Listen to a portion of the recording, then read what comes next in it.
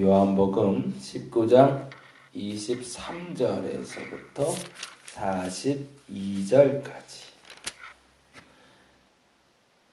같이 한 목소리로 읽겠습니다.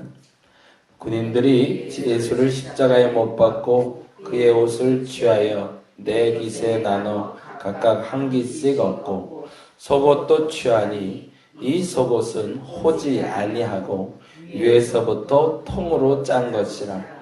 군인들이 서로 말하되 이것을 찢지 말고 누가 얻나 제비 뽑자 하니 이는 성경에 그들의 내 옷을 나누고 내 옷을 제비 뽑나이다 한 것을 응하게 하려 함이라. 군인들은 이런 일을 하고 예수의 십자가 곁에는 그 어머니와 이모와 글로바의 아내 마리아와 막달라 마리아가 섰는지라.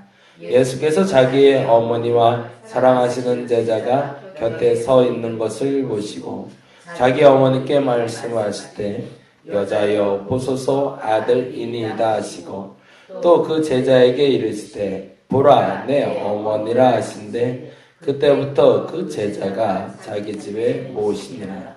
그 후에 예수께서 모든 일이 이미 이루어진 줄 아시고 성경을 응하게 하려 하사 이르시되 내가 목마르다 하시니 거기 신 포도주가 가득히 담긴 그릇이 있는지라. 사람들이 신 포도주를 적신 해면을 우슬초에 매어 예수의 입에 대니 예수께서 신 포도주를 받으신 후에 이르시되 다 이루었다 하시고 머리를 숙이니 영원히 떠나가시니라.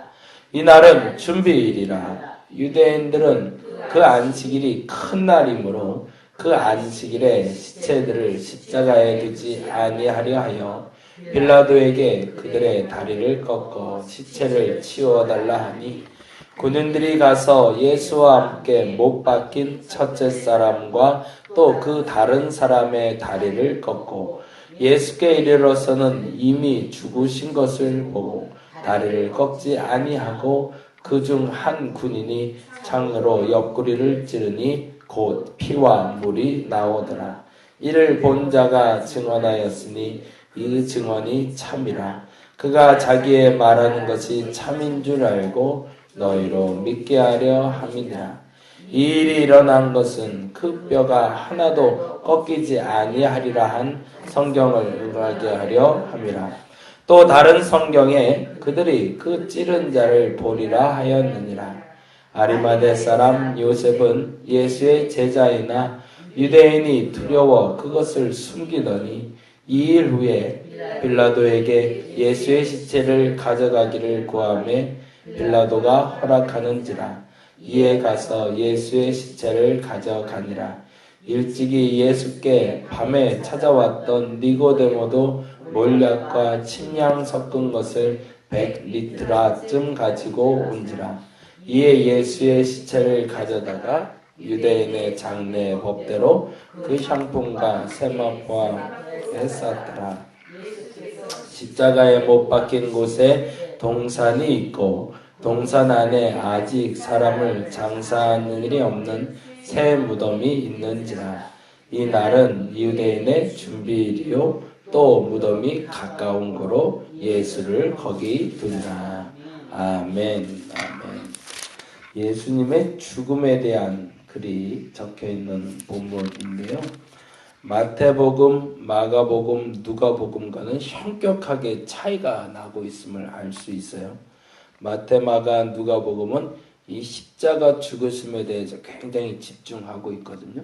그래서 한 장 이상을 다들 할애하면서 예수님이 돌아가시기 전에 했던 말들, 그 가상칠언들을 하나하나 모으고 그때의 상태, 그리고 그때 쫓아왔던 사람들, 그 죽음을 바라봤던 사람들, 뭐 휘장이 찢기는 것, 뭐 이런 것들에 대해서 굉장히 많이 기록하고 있는 반면에 요한복음에는 단지 17장부터 42절까지, 그것도 정확히 말하면 42절까지가 아니라 23절부터 30절까지만 기록되고 있습니다.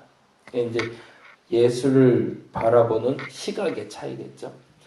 복음이라고 말할 때요, 복음에 대해서는 크게 그 네 가지가 있다고 그랬잖아요. 예수님의 탄생, 예수님의 생애, 예수님 십자가 부활, 그리고 십자가, 그리고 예수님의 부활과 승천. 요 네 가지를 우리는 복음이라고 얘기하는데, 이 복음에 대한 네 가지 기준 중에 어떤 것이 집중하여 신앙생활 하느냐에 따라서 그 사람의 삶의 패턴이 나옵니다.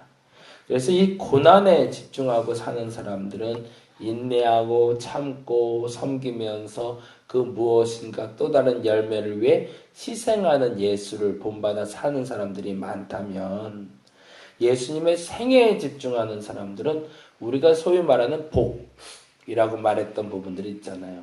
기적이 일어나고 부해지고 그리고 뭔가 신유가 있고 이적이 있고 이런 것들에 대해서 집중하게 됩니다. 근데 그렇다고 해서 그것이 무조건 잘못됐다고 말할 필요는 없다라는 얘기죠. 그것도 예수님의 한 부분이니까.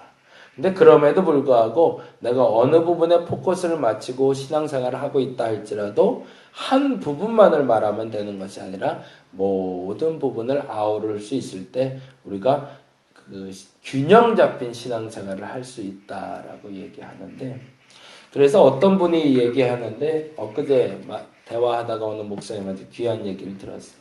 신앙생활이라는 건 신념을 얘기하는 게 아니라 라이프 스타일이다 라는 표현을 하더라고요. 그러니까 내가 무엇을 믿고 있다가 중요한 것이 아니라 신앙이라는 건 내가 믿고 있는 대로 어떻게 살아가느냐가 중요하다. 그래서 신앙생활을 건강하게 했다라고 말하는 건 내가 예수를 믿고 있다가 시작이고, 내가 예수를 믿기 때문에 이러한 삶을, 그 라이프 스타일, 어떤 습관을 가지고 살아가고 있느냐가 굉장히 중요하다는 겁니다. 그래서 저도 개인적으로 교회를 개척하고 나서 그 습관이라는 단어를 굉장히 많이 쓰고 있는데, 그래서 규칙적인 습관을 갖는다는 게 너무 중요합니다. 예배에 대한 습관, 기도에 대한 습관, 말씀에 대한 습관, 전도에 대한 습관이 익숙해졌을 때 그 익숙해진 나의 삶의 그 방향들이 나의 어떤 신념을 가지고 살아가고 있는 사람인지를 가리키는 말이 된다는 거죠. 오늘 본문에서는 두 가지를 주목해서 봤으면 좋겠는데요. 첫 번째는 예수님의 죽음 마지막에 말씀하셨던 30절의 말씀입니다. 30절 말씀 같이 읽어볼까요? 30절 같이 한번 읽겠습니다. 시작. 예수께서 신 포도주를 받으신 후에 이르시되 다 이루었다 하시고 머리를 숙이시니 영혼이 떠나 가시니라 라고 되어 있습니다.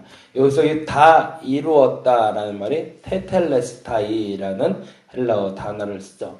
그래서 이 테텔레스타이라는 단어 때문에 사람들이 굉장히 여러 가지 해석이 나오는데, 이 테텔레스타이라는 단어는 탕감받다라는 뜻도 갖고 있습니다. 빛을 탕감받다. 그래서 예수 그리스도의 사역에 대해서 매우 중요하게 기록하고 있는 마지막 용어 중에 하나가 이 용어이기도 하지만, 구원을 위해서 오신 예수님에 대해서 말할 때 매우 중요한 단어로 쓰이는 것이 다 이루었다라는 단어입니다. 근데 무엇을 이룬 것인가? 우리의 죄사함에 대한 모든 탕감을 이루었다인데요. 더 재미난 건 우리 본문에는 다 이루었다라고 되어 있지만 테텔레스타이라는 말의 뜻은 다 이루셨다가 됩니다. 주체가 달라지는 거죠. 다 이루었다라고 하면 예수께서 다 이루어 주신 거지만, 다 이루셨다라고 하면 하나님이 다 이루어 주셨다라는 표현이 되는 겁니다. 그래서 주께서 하신 일은 사실은 우리가 수동적으로 따라가는 거지 능동적으로 이루어가는 게 아니라는 겁니다. 그게 요한이 보고 있는 예수님의 삶이었고 우리의 신앙의 삶입니다. 우리가 마지막에 해야 될 단어가 요한에게는 이 단어라는 거죠. 다 이루었다. 내가 다 했다. 라고 말하는 신앙은 옳은 신앙이 아니라는 겁니다. 주께서 다 이루셨다. 나로 여기까지 이르게 하셨고, 나로 이렇게 살게 하셨고, 이렇게 죽게 하셨고, 이렇게 모든 것이 이루어지게 하셨다라고 말하는 것이 진짜 신앙이다라고 요한은 우리에게 고백해주고 있는 겁니다. 그러다 보니까 사실은 어떤 죽음을 맞이했는지, 얼마나 고통받았는지는 요한에겐 별로 중요한 것이 아닙니다. 그 고난의 이유가 죄의 탕감에 있기 때문입니다. 그리고 또 하나 매우 중요한 본문이 요한복음에만 기록된 것이 있는데 그게 바로 38절과 39절입니다. 같이 한번 읽어봅니다. 아리마대 사람 요셉은 예수의 제자이나 유대인이 두려워 그것을 숨기더니 2일 후에 빌라도에게 예수의 시체를 가져가기를 구하매 빌라도가 허락하는지라 이에 가서 예수의 시체를 가져다니라. 그리고 또 하나 39절 일찍이 예수께 밤에 찾아왔던 니고데모도 몰약과 침량과 섞은 것을 100리트라쯤 가지고 온지라. 유일하게 요한복음에서만 이 니고데모에 대해서 기록하고 있습니다. 마테마가 누가에서는 이 니고데모가 찾아와서 준비했던 몰약과 침량 섞은 것에 대해서는 기록하고 있지 않은데 유독 요한은 요 니고데모가 찾아왔던 것. 근데 그 전제가 있죠. 일찍이 예수께 밤에 찾아왔던이라는 전제. 그리고 또 하나 아리마대 사람 요셉에 대한 표현을 할 때도 예수의 제자이나라고 표현하고 있습니다. 예수의 제자였지만 유대인들이요 가까이 하지 못하고 살다가 예수의 죽음 앞에서 가장 먼저 예수를 찾아와 예수의 시체를 가져간 사람, 일찍이 예수를 만났지만 예수를 쫓지 않다가 예수의 마지막에 찾아와 몰약과 침향 섞은 것을 가져온 사람 니고데모. 마지막을 준비해 줄 사람을 준비하고 계신가요? 그 사람이 행복한 사람입니다. 네. 내 마지막을 그 누군가가 챙겨줄 수 있는 사람. 그 사람을 둔 저와 여러분이 되기를 간절히 바랍니다. 그 마지막 순간에 모두가 떠났고 모두가 남아있지 않은 것 같아도 그 마지막에 나를 위해서 그 마지막을 예비하고 준비할 수 있는 사람. 그 사람을 남길 수 있다면 그 사람의 인생은 행복한 사람일 겁니다. 요한은 사실은 이 두 가지에 주목하고 있습니다. 예수의 죽음과 그 십자가 사건의 고달픈 시간을 말하고 있는 것이 아니라 십자가의 죽음은 곧 다 이루심이었다. 곧 하나님의 뜻대로 끝까지 부르심 받고 살다가 하나님의 부름을 받고 돌아갔다가 첫째. 두 번째, 그렇게 된 이에게 그 마지막은 하나님이 책임져 주신다라는 말을 하고 있습니다. 그래서 하루가 너무 중요합니다.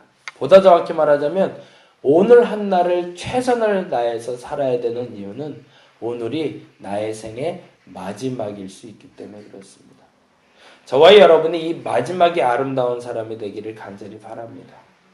열심히 살았는데 정말 행복하게 살았는데 최선을 다해 살았는데 그 마지막에 욕먹는 사람이 아니라 마지막에 그 누군가가 나를 보고 저 사람 다 마치고 가네. 보다 정확히는 하나님의 저 사람 삶을 다 이루셨다라고 말할 수 있는 그 마지막을 살아가는 우리가 되기를 간절히 바랍니다. 그리고 그 마지막을 함께 할 수 있는 사람이 항상 곁에 있는 저와 여러분이 되기를 간절히 바랍니다. 기도하겠습니다. 끝까지 함께 할 사람이 있다는 것이 얼마나 행복한지 모릅니다. 오늘이 그 마지막이 될 수 있기 때문에 오늘 최선을 다해 보려고 합니다. 오늘 내 마지막을 예비할 사람이 누굴까요? 내가 이 마지막 순간에 어떤 모습으로 하나님께 부름받을까요? 나도 그 말하게 하여 주옵소서. 주님이 다 이루셨습니다. 주님이 다 하셨습니다. 그 마지막 말을 남기고 하나님의 부름받을 수 있는 우리가 되게 하여 주시옵소서. 감사합니다. 고마우신 예수님 이름으로 기도드렸습니다.